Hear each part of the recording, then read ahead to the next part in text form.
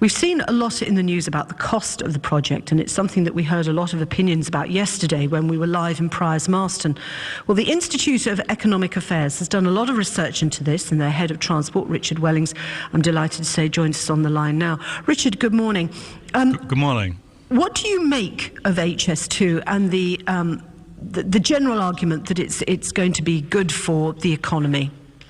I'm highly sceptical about that. I mean, it's important to remember that, firstly, that it's a loss-making project in commercial terms. So the revenues from the fares won't cover the construction costs, so taxpayers are going to have to pick up an enormous bill. It could be as high as 80 billion, including some of the off-balance sheet costs, and that amounts to around £3,000 per family. So we're talking about a horrendous bill for ordinary people here.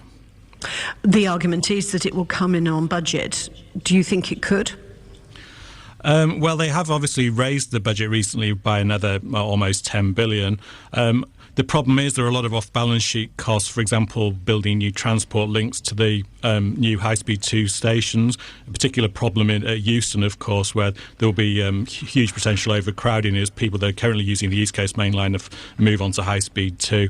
And then, obviously, there's going to be these massive regeneration grants around some of the stations in the North and the Midlands. So we're talking about potentially tens of billions of extra costs here.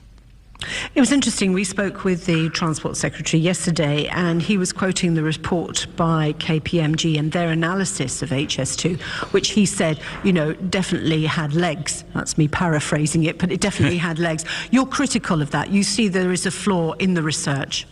That's right, and it's not just me saying that. Some of the technical specialists in the field are saying that this report hugely exaggerates the benefits, and it also ignores the wider economic costs, for example, from this enormous tax bill and some of the ongoing taxpayer subsidies to the extra rail services that KPMG were talking about. I mean, we can look at real-world examples like Doncaster, which has a very fast link to London, but remains one of the poorest towns in the UK. So it's a lot more complicated than the KPMG model makes out, and just because you improve rail links, it doesn't mean to say you're suddenly going to make some of these places rich. I mean, that doesn't happen in real life. It's interesting because many of the gains to the regions that KPMG report calculates are based on some would argue, the reasonable notion that companies will be established in places where transport links are better. So the argument goes, I guess, that put in HS2 and companies will establish themselves there. But there have been arguments that say it hasn't taken into account whether those regions actually contain the land or the relevant skills to employ people. Yeah, I mean, I don't think that the land's a massive problem because there is plenty of, if you like, spare capacity in a lot of those places. But yeah, the skills, that's the crucial thing. I mean, you're not going to suddenly create these highly skilled entrepreneurs who can take advantage of the better links. And of course, because in relative terms, high-speed 2 is a poor project compared with other transport schemes, and you would get even bigger, wider benefits if you invested the money in other things. So that's the point. If you had better local links, then these wider economic benefits would be far, far higher. So I don't completely discount the methodology, but I think they're hugely exaggerating the benefits. I mean, it's interesting because KPMG's calculations of the economic benefits of HS2 then, some are arguing, and would you agree with this, they're spuriously precise. Exactly. I mean, when we do our calculations, we're sort of talking in orders of magnitudes because we're very honest about that, and you can't be that precise. It's so uncertain, and that's the problem with the high-speed 2 business case as well. I mean, these passenger forecasts, they could be wrong, massively wrong, as was the case with high-speed 2, and that's going to blow the economics of the scheme out of the water. So with high-speed 1, only a third of the passengers' forecasts actually materialised, which had a devastating effect, and it's still being subsidised now by the taxpayer. So something similar could happen with high-speed 2, particularly if new technology takes off and people don't have to make as many face-to-face meetings and that kind of thing.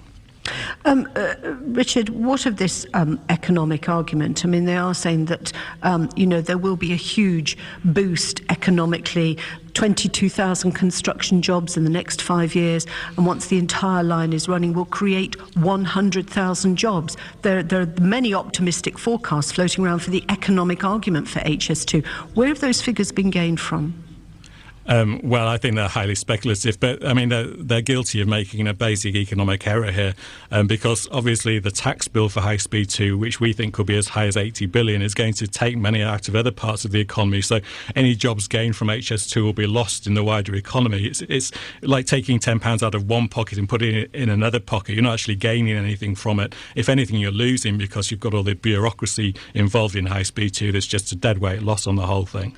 But there is that argument, isn't there, that the ease with which people, talented people, can link up through transport connections is a determinant of economic growth. So make sure that everyone's connected, therefore the equation is we will get economic growth at the end of it.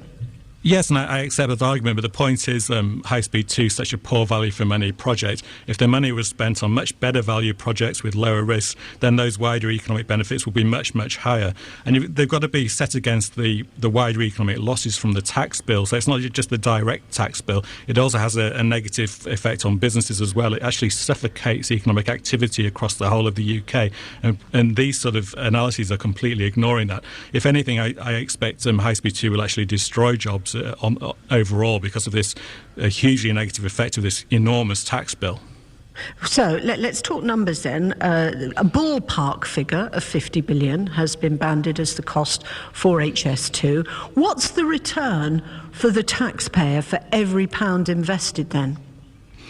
Officially, if you look at phase one, where the figures are more officially robust, they say that it will deliver around £1.60. But of course, independent analyses suggest that's a huge exaggeration.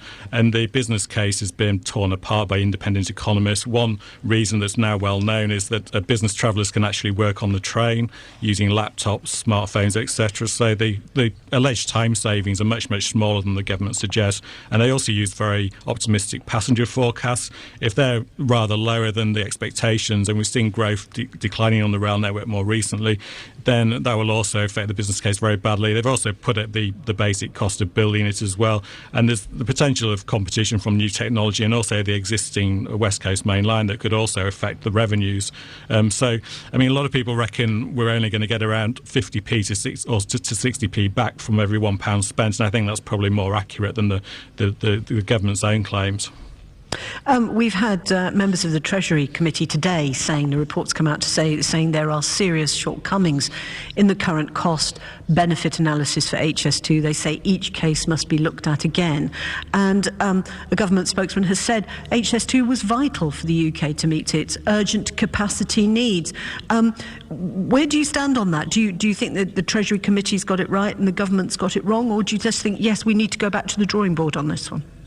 Yeah, I'd go beyond the Treasury Committee. They're absolutely right to have doubts about this project, but I'd say that the arguments against High Speed 2 are now so strong that the project should be cancelled. And it's clear from, even if you accept the government's own figures, then this project represents enormously poor value for money. And if the same money was spent on alternative transport schemes, then the economic benefits will probably be higher by an order of magnitude. So we might be looking at 5 or 6 times higher the benefits. And of course, the chances of making losses, which are very high with High Speed 2, wouldn't occur with these high value schemes with low risk. I'm talking about local transport schemes, bog standard projects like bypasses around busy market towns. These would deliver huge benefits, and they could be delivered much more quickly as well. So we could get the economy going instead of waiting until the late 2020s to see any benefits.